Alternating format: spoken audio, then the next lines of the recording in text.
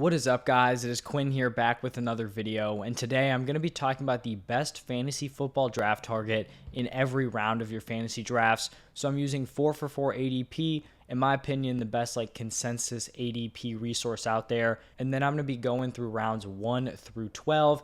After round 12, it's really just a crapshoot on where players are going.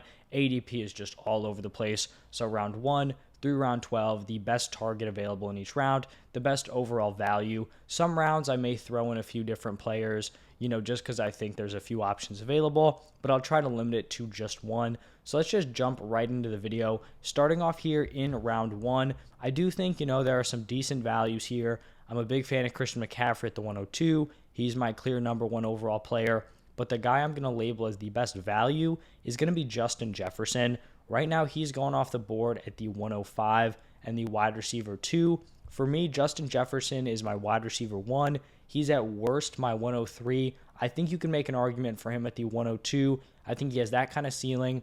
Obviously, he has the safety of being a wide receiver, less injury risk than a running back. So Justin Jefferson is my favorite round 1 value. I really think he can go nuclear this season and just put up some monster wide receiver 1 numbers. And if he's getting picked at the 105 on average, there are going to be leagues where he's going 106, 107, 108. And in my opinion, in half-point PPR formats, if you are getting Justin Jefferson outside of the top 3 picks, I think you are getting a crazy value. Now, moving on to round 2, once again, could have gone in a few different directions here, but in my opinion, the clear-cut best value has got to be Saquon Barkley going at pick 22.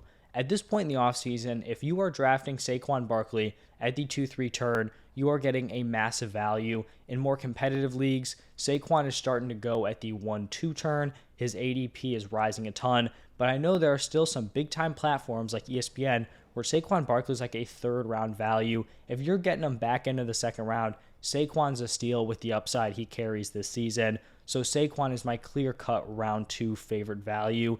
Now, round 3 was arguably the toughest round for me to choose here, and I'm between 2 players.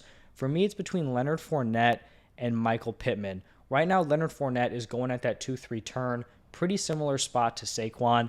I do think he should be going behind Saquon, but I think there are very strong arguments for Fournette to be a mid-2nd round value. But I think right now the best value may be Michael Pittman, because right now he's coming off the board at pick 35. In my opinion, he should be in that range with guys like A.J. Brown, T. Higgins, Keenan Allen. Instead, there's kind of this big break between Michael Pittman and the rest of these guys. I feel like he should be right up in there. At latest, he should be probably going off the board as a mid-tier, 3rd round pick. So I think Michael Pittman's a great value going at the 3-4 turn. I mean, if Michael Pittman's fallen into the 4th, that is just an auto draft for me at this point.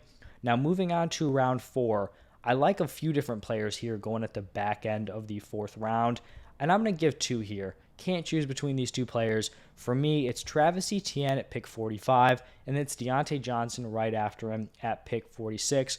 For me, Travis Etienne should be going probably late 3rd round at the latest, maybe early 4th round. But if you are getting Travis Etienne into the 4th round, especially mid to back of the 4th, you are getting a steal. He basically reminds me of DeAndre Swift from last year. This guy who has elite receiving upside.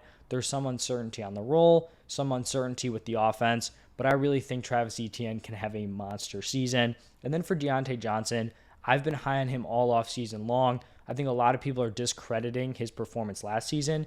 Obviously, he got some extra volume with Big Ben, but I mean, the man commanded a huge target share. I think he can repeat that once again, so the volume may not be there, but talented wide receivers are going to produce. And now moving into round 5, Breece Hall is currently listed at pick 49, which falls into the 5th round. This is insane to me. Just like the Travis Etienne pick, I think Breece Hall at latest should be going maybe mid-4th round, but I'm comfortable taking him at the 3-4 turn. I kind of feel like this is a cop-out because he's going right at that turn there. If I wasn't going to pick Breece Hall, I think you can look at players like Cortland Sutton, Jerry Jeudy, all off season long. I didn't think I'd be high on these guys.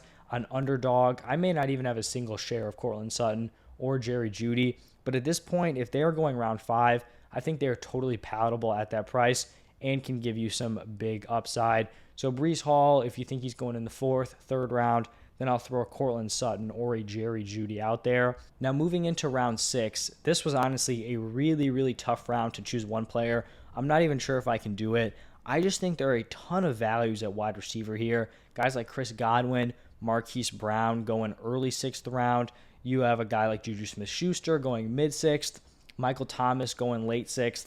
I think if I'd have one value, it would be Marquis Brown. But I mean, at this point, Marquis Brown is an insane value. And then those other players, Chris Godwin, Juju, Michael Thomas, they are solid values at this price. So Marquis Brown's going to be my guy. We know he's going to feast early on in the season back with Kyler. D-Hop suspended. But I would not be surprised if Marquis Brown remains the wide receiver one on this team even after DeAndre Hopkins comes back. So that is why I am in on Marquis Brown. Now moving over into round 7. This one's going to be a split one between two wide receivers. These guys, I've been high on them all offseason long. I've had them back-to-back in my rankings basically the entire offseason. It is going to be Darnell Mooney and Rashod Bateman. I think both of these players are in pretty similar situations. They're the clear-cut wide receiver ones on their teams. Likely not going to be like elite passing attacks, but I think both of these guys can produce. I think they're talented enough to give you solid fantasy production, and I think they're going to be force-fed the ball. I think both of these guys can have very high target shares, and I think it's going to produce solid fantasy football production. And if you're getting them in round 7, I think you're just absolutely getting them at steal prices. Moving into round 8, I'm going to talk about my first quarterback in this list. If you guys have been like following through the ADP here, you can see that a lot of these quarterbacks are way pushed up way beyond where I'd be comfortable taking them. But here with Trey Lance going at pick 90, his value is pushed up in terms of where he's being drafted as a quarterback. So he's QB 13. No QB 13 should be drafted at pick 90. But the fact that he's going at QB 13 is wild, because I'd be taking Trey Lance at like QB 7, and I would be taking him easily at this pick 90 spot. So Trey Lance is the guy here. If you told me in 4 months Trey Lance finished as the quarterback 3 in points per game, the quarterback 2, I would not be surprised. He has everything just pointing up for him. He's in a great situation, great weapons. He has the rushing upside, and we've seen guys like Jalen Hurts do it. He doesn't even have to be a very good quarterback to give you really strong fantasy production. So I love Trey Lance in the 8th round. Now we're starting to get to the back end of these rounds. Heading into the 9th, this is a tough call for me between two different players here. We've got Drake London and Ramondre Stevenson. And I say it's a tough call. It's really not a tough call. I do love Ramondre at this price, but Drake London going at pick 98 is crazy. We've seen rookie wide receivers ball out, as rookies over the last few years. Talking about guys like Jamar Chase, Justin Jefferson. I don't want to throw him in with those guys because, those are like crazy outlier numbers. But we've seen these rookies come in, produce as wide receiver 2s. Drake London's being drafted as the wide receiver 41. That is absurd. He doesn't even need to have one of these crazy breakouts, and he could still be a win at this current price. So if you're getting Drake London in the 9th round, you are absolutely stealing him from your league mates. Now on to round 10. For me, this is between 3 rookies. As you can see, I like the younger players. I like the unknown. I like the upside. It is between Dameon Pierce, Treylon Burks, and Sky Moore. I already talked about Treylon Burks. Actually, I think I talked about all 3 of these players in my video about must-draft rookies. So I've kind of touched on all of these players. At this point in the offseason, reports haven't been great for Burks. They haven't been great for Sky Moore. They have been fantastic for Dameon Pierce. If we're getting the running back one for the Texans, he's probably going to be the best value here in round 10. Even though the Texans offense is not good, if they have a clear-cut RB1, if Dameon Pierce is beating out Marlon Mack, he's beating out Rex Burkhead, he is going to provide you very solid fantasy football production. I think this Texans team, they're going to be bad, but it's not just going to be this dumpster fire where no one can produce on this team. People are still drafting Brandon Cooks very high. I know a lot of people are very high on Davis Mills, so I really like Dameon Pierce here in the 10th. Now on to the last 2 rounds here. We go into round 11, and to be totally honest here, I don't think there's one player that really sticks out to me as this is an insane value. I need to have them. But one player does stick out to me as a very solid pick at this price, and that is going to be Julio Jones. I actually would say Julio Jones stands out to me as someone you would have to draft here. At this point in the draft, right, low risk. If these guys don't hit, if you have to cut them, it's not the biggest deal in the world. But for Julio Jones, you may think he's washed. You may think he's injury prone. It's totally possible. He may get buried on the step chart behind Mike Evans, behind Chris Godwin, behind Russell Gage.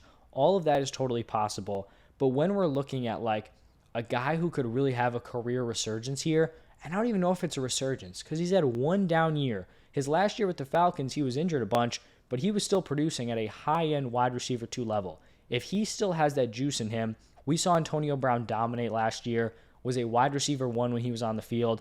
I think Julio Jones probably doesn't have that type of ceiling because Antonio Brown never really regressed. He just couldn't figure it out mentally to be on the field. But I think Julio Jones can give you wide receiver 2 production. And then if you see an injury to Mike Evans, maybe Chris Godwin has some sort of setback, then I think you could see an even higher ceiling out of Julio Jones.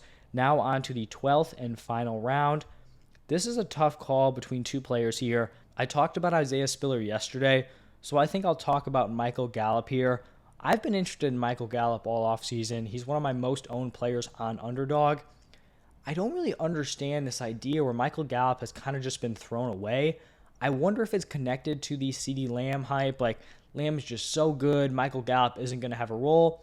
I understand, the ACL tear. He's not going to be ready for week 1. There are some concerns there.